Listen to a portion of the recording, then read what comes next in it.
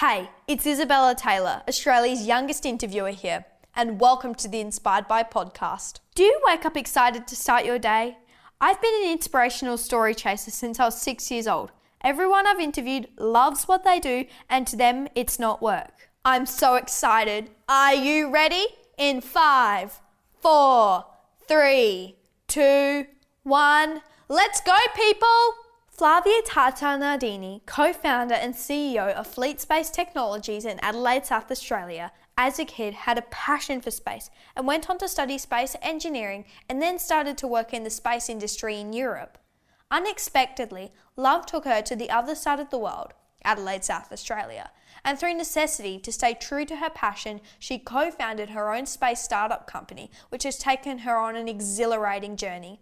Flavia has been instrumental in helping to establish and develop the space industry in Australia, which will help to create exciting opportunities in this industry for young people in Australia. An incredibly inspiring trailblazer story. Flavia Tata Nardini, thank you very much for taking the time to talk with me today. Thank you so much for having me. You are the CEO and co-founder of Fleet Space Technologies and a rocket scientist, space entrepreneur based right here in South Australia. That's right. When you're a space entrepreneur, I remember you saying that when you came to Australia, you couldn't find any jobs for space, and that didn't really work out very well. And when Australia announced a space agency, that would have really given you a lot of hope. Yeah, absolutely. No, when I came here, I love space. I wanted to work in space, and I was pretty sure I could find a job straight away, but it wasn't that easy. What involvement did you have in that revolution of creating that space agency? So what happened is that when I came here, the first couple of years I had my beautiful daughter Katerina. I was taking care of her, and then I really wanted to go back and work in space. There were not many space companies in Australia. There was few, and there was no space agency. And I thought, oh, that's bizarre, because a lot of countries has got a space agency. Then I decided to start my own business. And I started one, and then I started another one, and Fleet was the second one. And Fleet became so big very, very fast. Then everyone in Australia was looking at what we were doing. It was us and other couple of space startups. And then the government thought, oh, it could be interesting to have a space agency. And everyone was like, yeah, it could be very interesting. We call it the Australian Space Agency. And it was formed. Megan Clark became the head of it. And we decided for this space agency to be absolutely commercial. So driven by startups and solving real problem on Earth. I heard you've launched like rockets with satellites as well. In one of the interviews heard you say that they can last for 2 years, the shoebox size ones, the nano ones. And then in a 2 week ago one with JP Drake, you said it was a 5 years. So it's getting longer and longer, like it's extending. Yeah. Space is changing and technologies are changing. So my satellites are tiny, are probably like this, okay? They are shoebox satellites. It's amazing. It's, satellites are usually very big, like a bus, like big as this room. But now technology again is smaller and smaller, like an iPhone. So you can launch little things. You still launch them in rockets. What's the biggest problem when you got very tiny electronic, like in the iPhone, is batteries.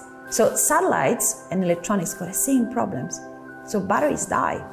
So when you launch a satellite in space, it goes around Earth. And batteries, after 6 months, they can die. And then you make a better battery, and they can last 3 years.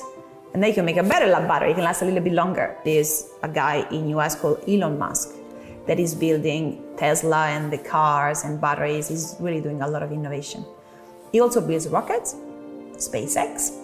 So I've launched 4 satellites in space and some of them with him. And I'm gonna launch other 3 this year and all with him, because the guy builds good rockets, really good rockets. The rockets of Elon Musk, they go up and they come down. So you can send them again and come down. Okay, so it's actually pretty fascinating. You know, when I was a child your age, I wanted to be a rocket scientist. I wanted to be in space. I had this dream. I really didn't know what it meant. I just thought that space was amazing, and I wanted to go to space. I wanted to be an astronaut. I didn't really know how this dream would have worked out in my life, so I just kept studying. I was a really good student, so I studied really, really, really hard. Then I went to university, didn't know what to do. I did engineering. My brother suggested that would have been a good idea. And I kept studying and studying. It was really hard, but I had one focus, working in space was my dream. And here I am, still working in space, still the same dreams, but this time they're happening. How long do you think it would take your rockets to launch a satellite? Rockets are getting a little bit smaller. There are probably 3-4 people that are building really good rockets that are smaller around the world. One is in New Zealand, it's called Rocket Lab. Then there are 2 in US and SpaceX is one. Why are they building smaller rockets? Because they want to go to space faster. So usually there were 10 launches a year for rockets, like one every month. It's not enough. We need more. I need to launch 150 satellites. So I need like a bus that goes there every 2 weeks. So these people have built rockets that are smaller. They can come back to Earth. They can be reused. So we go faster to space. So we are getting to a point that I hope I can build a satellite in 2-3 months, launch it, and in 2 months, launch it, and sometimes I can launch 20 satellites at a time. It's fascinating what is happening. Uber is a way that you are somewhere, you want to go somewhere else, and you just click and say, I want to go there, and you go. I really hope space will become this way, that you order a rocket in an app, and then you put a satellite in it, and then it goes. And it's getting faster. And when you say you want to make the rockets smaller to make them go faster, do you mean like you want to make a train smaller because it takes longer to get the whole thing somewhere, but when it's smaller, it's more compact and it can just go up quicker? That's correct. So I went in NASA and I saw a very big rocket that is called Saturn V. It was very powerful. The problem is that if you have to fill up that rocket with satellites, to go to space, there's a lot of space that you need to fill up. So you're waiting. When I started Fleet, and we launched the first 2 satellites, we have to wait 18 months to launch a satellite because the rocket was so big and it needed to fill up with so many things that we could not go. We're waiting and waiting.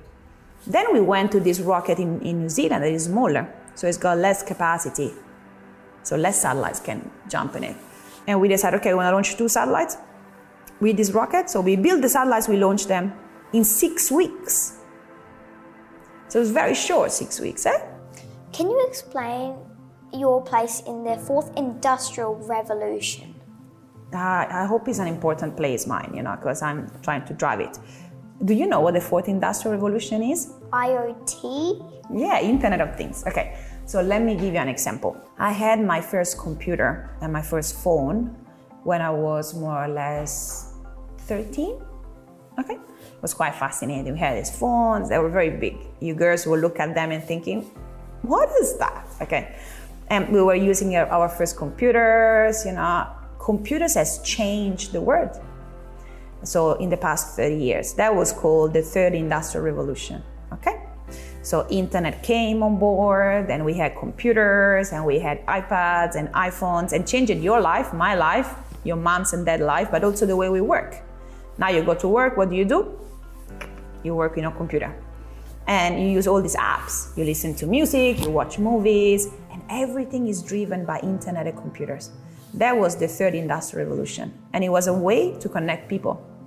I can talk to you, we got Facebook, social media, and software for work. Now, IoT, Internet of Things, is the next industrial revolution, okay?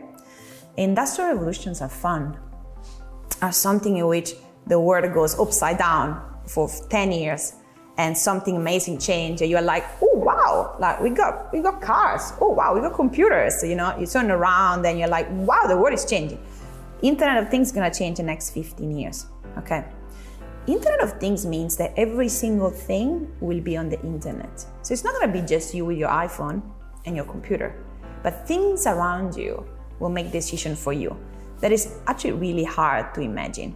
So now I tell everyone, in the next 20 years, you probably have everything connected. You will have self-driving cars that can drive by themselves.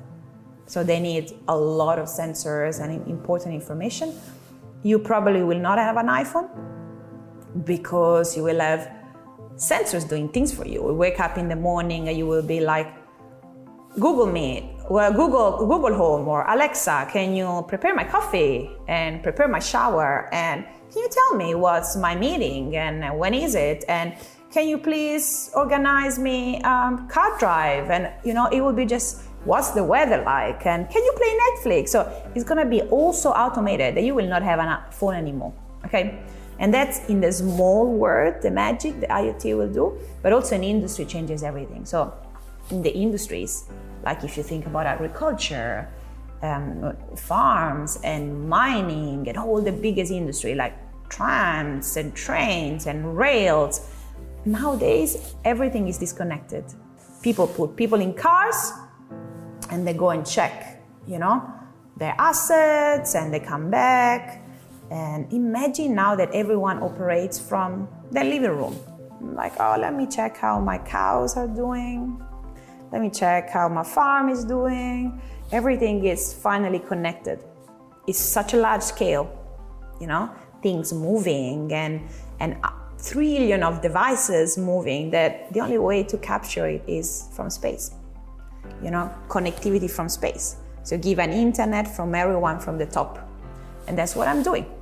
So I'm trying to position myself in the industrial revolution, giving the infrastructure, the internet that was never there. So a new internet. The world is really fast and you need to jump on it and make it happen. I think there is nothing though in our period of our lives more fulfilling than do something that you really love. Spending time to help the world. If you can help the world a little bit to make a change, that's very exciting.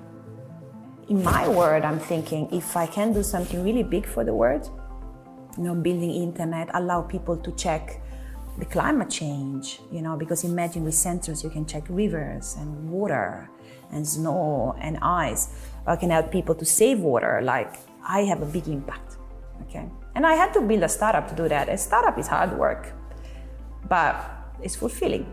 As you said, a startup goes quickly, you got to be quick, but IoT is really slow. It is slow, okay, because it's an innovation. Every innovation takes a long time. So it's really weird because when you are an innovator, so someone that builds an innovation, you are ahead of time. So you're like, I see the future, I see what is gonna happen, I'm gonna build it, but no one really understands. You're like, oh, what are they doing? What is she doing? It makes no sense. But you got this big vision. And you're like, okay, I'm just gonna do it.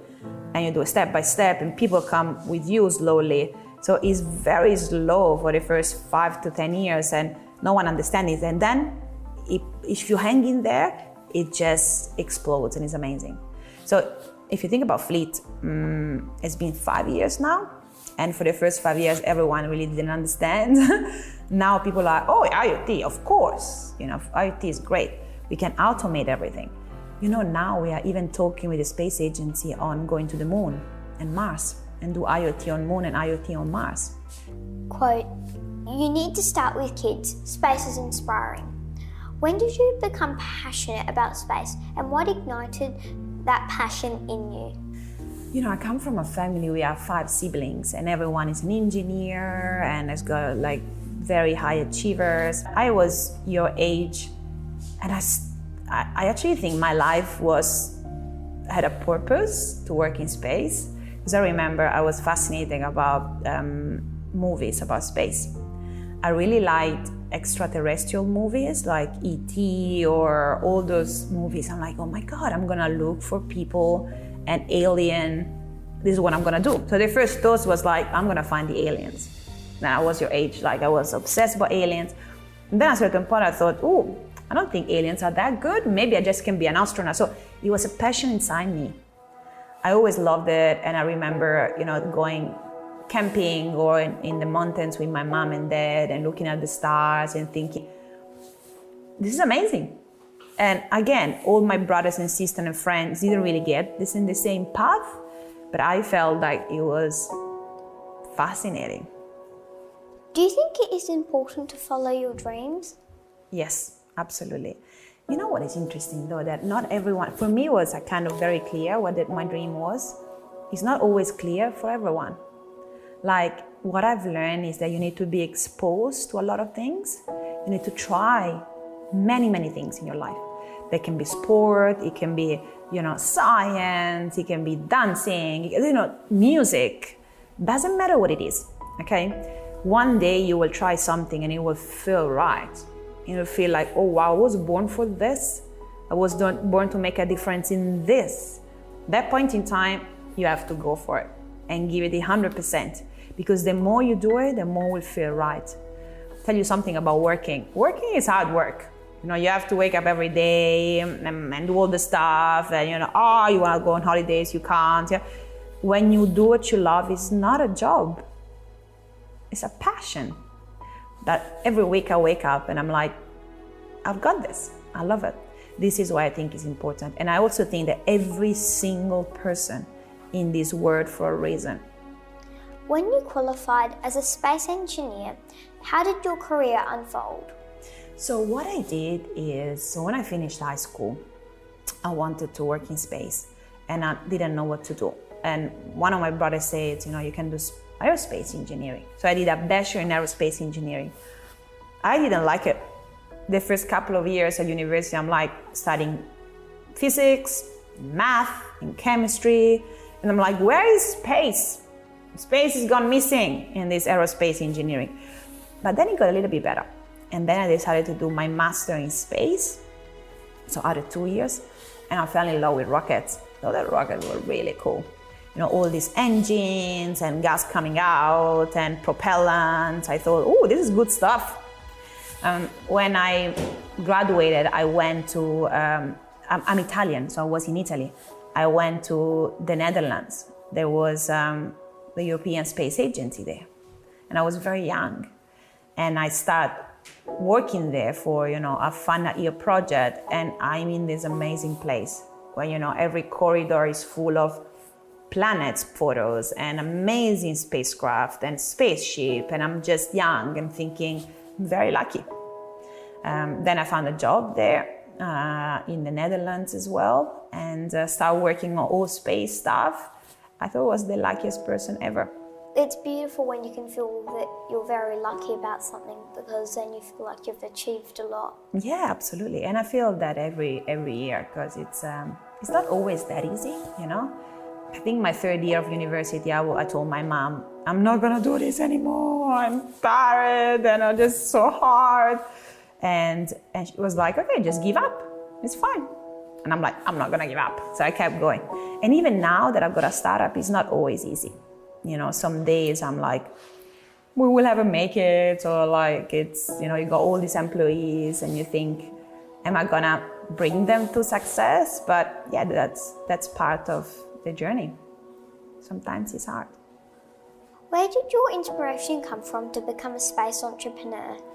A space entrepreneur is something that I didn't expect because I was working in a corporate normal job. I had a normal job. I mean, not a normal job. I had a space job. It was very, very interesting. But then I met Steph. Okay, Steph was traveling in Europe and we fell in love and we moved to Australia. And I'm in Australia and thinking, what am I gonna do?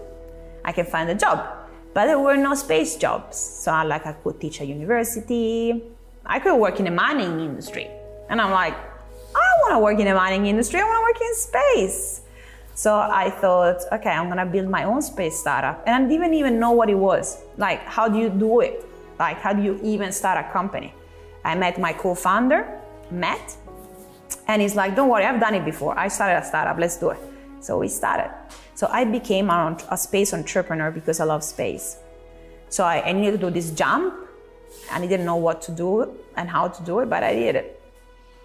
We also raise money with VCs, that is called venture capitalists, so people with a lot of money that believe in our dream. And that's very rare in Australia to raise money for a tech space startup. So we raised money with some American investors, but we're still here. What effects do you think the fourth industrial revolution will have on children's future jobs? It's a good question. I actually think you guys' future is very exciting. Like, you are in the most amazing generation. The world is technologically changing, and you got more opportunity to make a change. Okay, I think the jobs will be different. IoT is trying to automate a lot of stuff. A lot of people are very scared. This has been a fear forever. Like, in the past 200 years, people are saying that robot will automate everything and steal our jobs, but that's not the case. All the jobs that IoT is automating are actually pretty hard to do. Now, if you think about industry like mining, people traveling up and down, it's pretty complex stuff. So if we manage to bring IoT in the world and remove a lot of complicated, inefficient jobs, people can start looking at data. Data is the new oil, as they say, okay? Looking at data, looking at being behind the scenes and start understanding how things operate. So if I look at your guys' future, there are two important things. The first one is a data-driven world. You need to understand data. And when I say data, I don't mean math or science. I mean data. Start understanding the world, start understanding how technology works.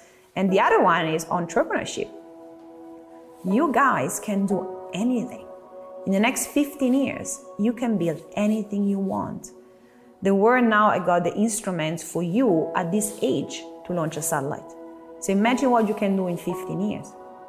Entrepreneurship and data-driven jobs, I think, is going to be your future.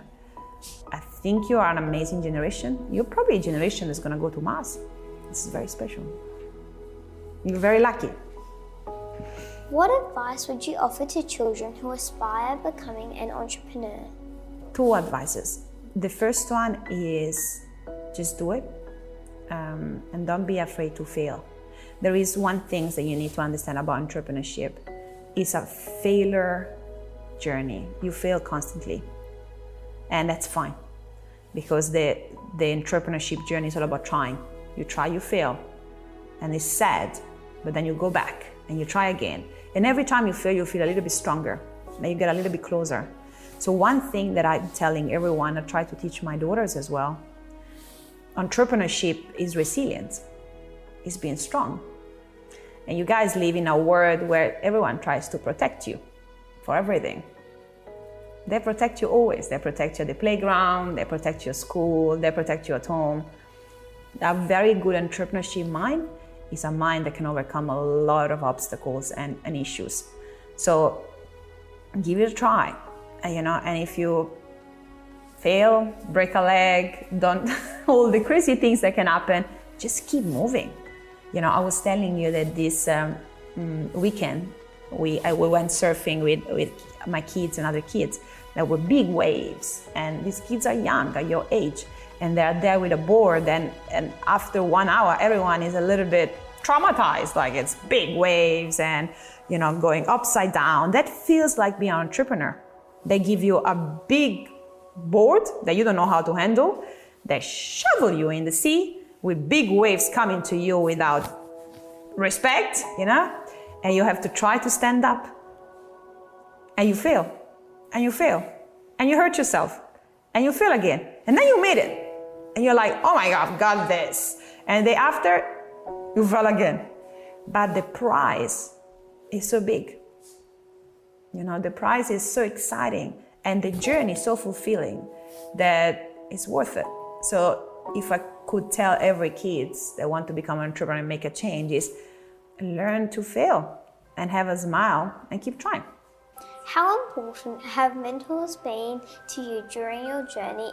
It's a good question, because I have to admit, all the people that really helped me in the journey are people very close to me.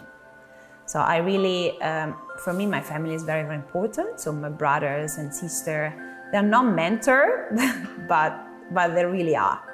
So their love, their presence, their affection, particularly one of my brother, we talk a lot about how things can go and, business. Mentorship is all about getting to know yourself. I'm very lucky because my business partner is a friend, and we really help each other. Mentorship is all about you, getting to know you. And it's something that people don't really understand. It's not about business. It's not about work. It's about you. So how can you push yourself? How can you be a better person for yourself? How can you be happy? Mentors are important to learn to take care of yourself. But you don't have to have an external mentor. Like my brother was my mentor. Now my business partner is my mentor. Like sometimes even my kids are my mentor because the way they live life is it kind of make you remember what are the important things. What is next for Flavia Tata Nardini? I've been thinking about a lot in the past 6 months what made me happy in the coming 6 to 7 years. I'm very happy at the moment. I love my family and I love where I live. But what I really want to see is Fleet becoming a unicorn. Do you know what a unicorn is? Not the normal unicorn. For a space startup, a unicorn is when you build a $1 billion company. So a company that is valued $1 billion. So it's very rare, particularly in space. Just I think Elon Musk has got it, another few. It would be such an honor for the next 6 years to go through the journey of building one of the biggest space startup in the world. Because imagine how many things I have to learn. Imagine how many times I need to jump for the tree to make this happen. Imagine how many people I need to hire. How many satellites I need to launch. So I look forward to that growth in the next 6 years. And listen, my idea is always like you aim very, very high. So even if you don't reach that high, you reach pretty close. So I'm building a unicorn, a space unicorn. Flavia, it has been fantastic speaking with you. You're an inspiration. Thank you so much, Isabella. You are an inspiration to me. Thank you, Flavia, for sharing your inspirational journey with us thus far. I hope this episode sets your passions on fire. Love to see you in the next episode. Head to inspiredby.com.au. Thank you so much for listening.